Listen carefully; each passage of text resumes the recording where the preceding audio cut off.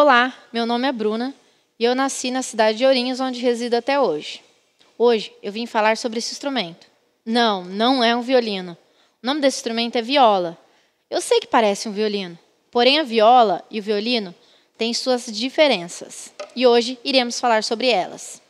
No Brasil, a viola é conhecida como viola de arco, viola clássica ou viola erudita. Bom, no Brasil eles deram esses nomes devido a um instrumento que também chama viola, porém a viola caipira, que parece um violão.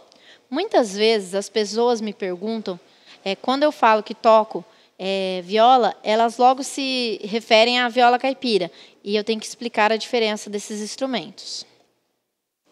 Mas voltando a falar as características da viola, ela pertence à família das cordas flexionadas. Os instrumentos que pertencem a essa família são o violino, a viola, o violoncelo e o contrabaixo acústico. O termo flexionadas é porque eu flexiono os dedos para tocar as notas e também flexiono o arco na corda para poder sair o som. Os instrumentos da família das cordas flexionadas, eles são feitos de madeira, tá? Então, cada parte desses instrumentos são feitos separadamente e muitas vezes não são feitos da mesma maneira. Exemplo, essa daqui é o espelho. O espelho geralmente é uma madeira mais dura, tá? Diferente das outras madeiras que utiliza no instrumento.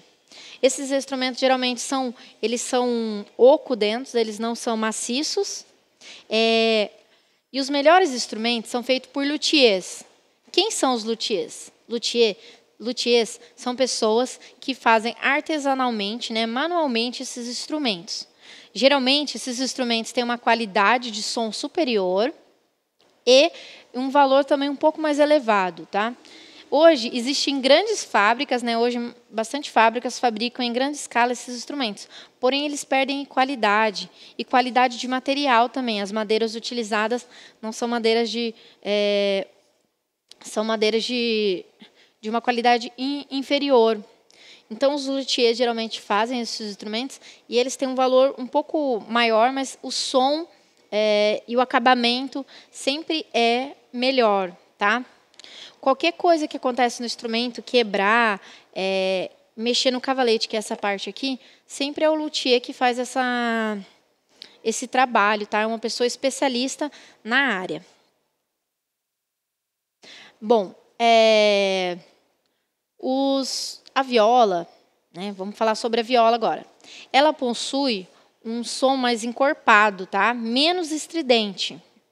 Ela, diferente do violino, o violino tem um som mais agudo. A viola, ela fica intermediário entre o violino e o violoncelo. Bom, agora eu vou tocar uma peça de uma música para vocês ouvirem o som da viola.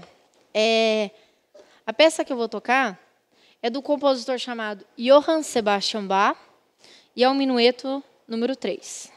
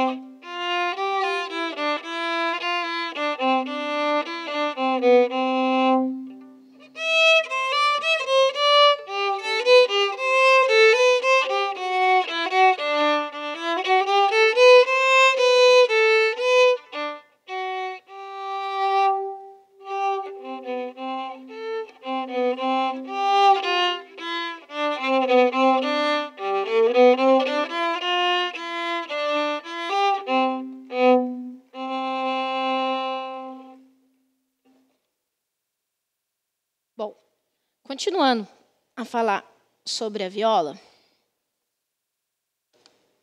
A viola, em relação ao violino, eu vou mostrar para vocês. Ela tem um tamanho maior. Ó. Isso aqui é um violino que eu trouxe, tá? Então, se vocês já observarem, né, a viola tem um tamanho maior, né, em relação ao violino. E a lateral, ó, né, que é essa parte aqui, ó, da viola também é um pouco mais larga.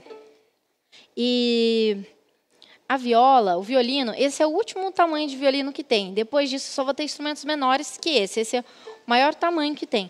Porém, a viola não. Eu tenho vários tamanhos diferentes. Eu vou mostrar aqui para vocês. Essa viola é um tamanho... essa daqui é um tamanho 40. E essa é um tamanho 41. Já de cara, já dá para perceber, né, que essa daqui tem um tamanho maior, ó. Né? Vou colocar as duas juntas aqui, ó. Elas têm um tamanho maior. Se vocês também observarem as laterais, né, é pouca diferença aqui na lateral de tamanho. Mas em relação ao tamanho, a viola 41 é um pouco maior. Só que eu também tenho violas tamanho menores. Vou pegar aqui para vocês. Essa daqui, ó. Opa! Essa é uma viola menor, ó. Vou pôr as duas aqui, ó. Certo? Essa daqui é um tamanho 37,5. É quase um tamanho de um violino, porém, ela ainda é um pouquinho maior que o violino, tá? Vou mostrar para vocês aqui. Ó. Então, pouca coisa, mas aqui a lateral já é um pouquinho maior. Então, a viola ainda... O que acontece? Muitas vezes tem um aluno muito criança, né? Uma criança que quer fazer aula. Esses instrumentos ainda são grandes para crianças. Então, muitas vezes, o que fazemos? Pegamos um violino, esse violino 3/4, e colocamos corda de viola. É o ideal? Não. O ideal seria eu ter todos esses tamanhos, né? Violas menores que aquela que eu mostrei para vocês. Porém, na impossibilidade, né? De não ter esse instrumento, fazemos adaptações. E a gente coloca cordas de viola e o instrumento, à medida que o aluno vai evoluindo, ele vai crescendo, a gente vai trocando de viola até ele chegar num tamanho de uma viola que já dê para ele usar. O tamanho, gente, influencia muito na hora de tocar. Então, assim, uma pessoa pequena, ela não consegue tocar numa viola grande. Então, por isso que é importante adequar o tamanho do instrumento à pessoa. E quanto maior a viola, quanto maior a sua caixa, né, acústica, mais som esse instrumento vai ter. Então, por isso que existem, né, já vi viola também 42, 43, né, mas quanto maior o instrumento, a pessoa tem que ter uns dedos maiores, porque senão não consegue executá-la com tanta precisão, né, acaba dando alguns probleminhas de saúde. Bom, outra diferença entre a viola e o violino são as partituras aqui, ó, as claves, né? Em relação às claves. Eu trouxe aqui um desenho aqui que eu imprimi, onde eu mostro as claves. Quem são essas claves? As claves é que dão os nomes às notas, tá? As claves, ó. Então essa daqui, ó, é a clave de sol, que são os violinos que utilizam essa clave. A clave de fá e a clave de dó, né?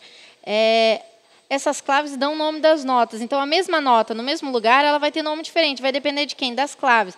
Então, o violino lê clave de sol, a viola, o contrabaixo acústico e violoncelo, clave de fá, e a viola, clave de dó, tá? A clave de dó na terceira linha. Então, essas são as claves. É uma das diferenças da viola pro violino. Como todo instrumento da família das cordas, os instrumentos da família das cordas utilizam esse importante acessório. O nome dele é arco, tá? O arco, ele é composto da vareta aqui, ó. Geralmente é feito de pau-brasil, são as melhores, né? Eles usam vários tipos de madeira, mas a pau-brasil é uma qualidade superior. Esses pelinhos aqui são as crinas, ok? A crina, ela, né, a gente nunca deve ficar tocando, pôr na mão nela, porque pode acontecer de começar a estragar ela mais cedo. Sempre que eu vou utilizar o arco, eu preciso usar essa resina, uma resina de árvore, é o breu, tá? Então, eu passo no arco e ela vai formar um atrito, para que ocorra um atrito nas cordas para que saia o som, tá? O arco, ele é dividido em regiões. Eu trouxe aqui um arco com uma gambiarra aqui, né? Mas só para vocês entenderem. Quando o aluno está iniciando, nós dividimos o arco em 3 pedaços. Ó, isso aqui é o talão, meio e ponta, tá? O que seriam essas regiões? A região que o aluno vai executar o seu instrumento. Então, ó, o aluno pode tocar no talão, no meio e na ponta. Essas regiões é importante. Quando o aluno está iniciando, utilizamos mais a região do meio. Por quê? Porque é a região do equilíbrio do arco e ela é muito mais fácil da gente dominar, tá? Essas outras 2 regiões, à medida que o aluno vai evoluindo, vai ficando mais fácil de executá-las no instrumento. Então, no começo, a gente utiliza mais o meio. Tá, ok? Geralmente a gente põe uma fitinha, eu só coloquei aqui só para vocês terem uma ideia das divisões do arco. O arco não é a única maneira que utilizamos para tocar. Existe outra maneira. Qual seria essa? O pizzicato. O que seria um pizzicato? É quando eu utilizo meus dedos para tocar, eu belisco a corda.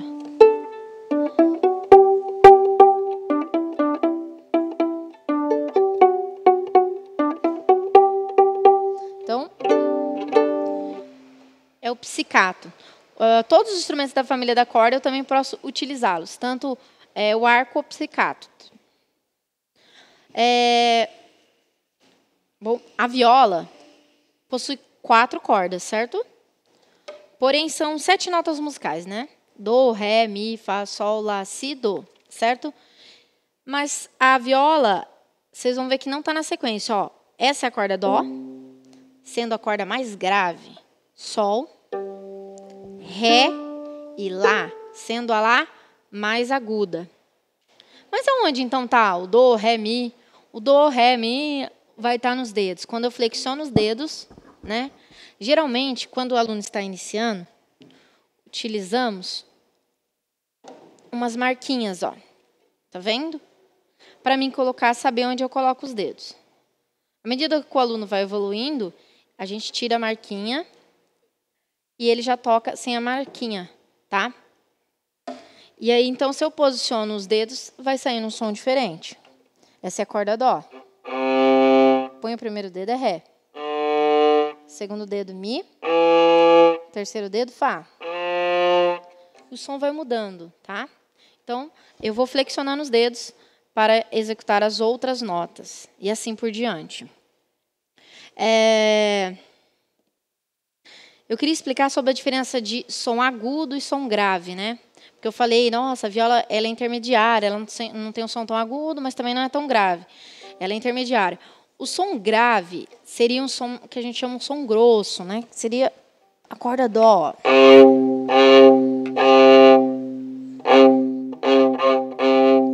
O som agudo seria a corda lá, ó.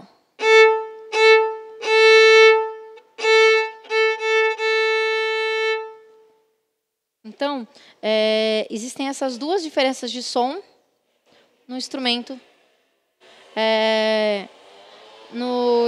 da família das cordas, né? Bom, eu queria falar sobre o posicionamento do instrumento ao corpo. A viola, né? Eu posiciono ela.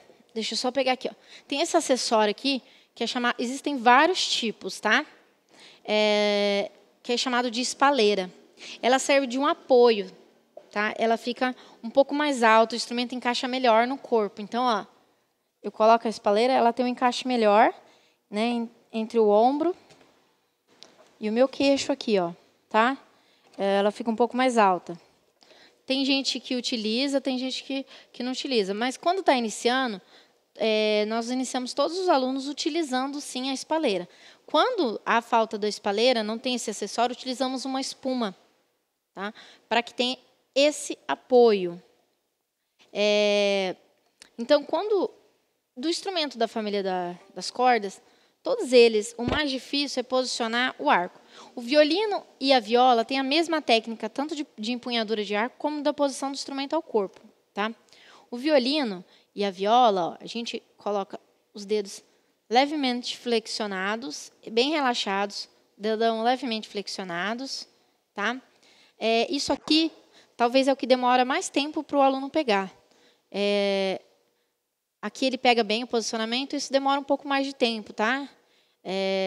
Mas o importante é sempre estar relaxado na hora de conseguir executar. Se ficar muito tenso, o aluno vai ter dor e fica muito mais difícil aprender o instrumento. Bom, muitos me perguntam qual a idade certa para aprender um instrumento de corda, a viola, o violino, o violoncelo, o contrabaixo. Bom, não existe idade certa, né? Então, é claro que tem uma idade mínima. Quando é criança, geralmente começa entre os 2 anos e meio, 3 anos. E daí já não pode até, já tive alunos de 60 anos, 70.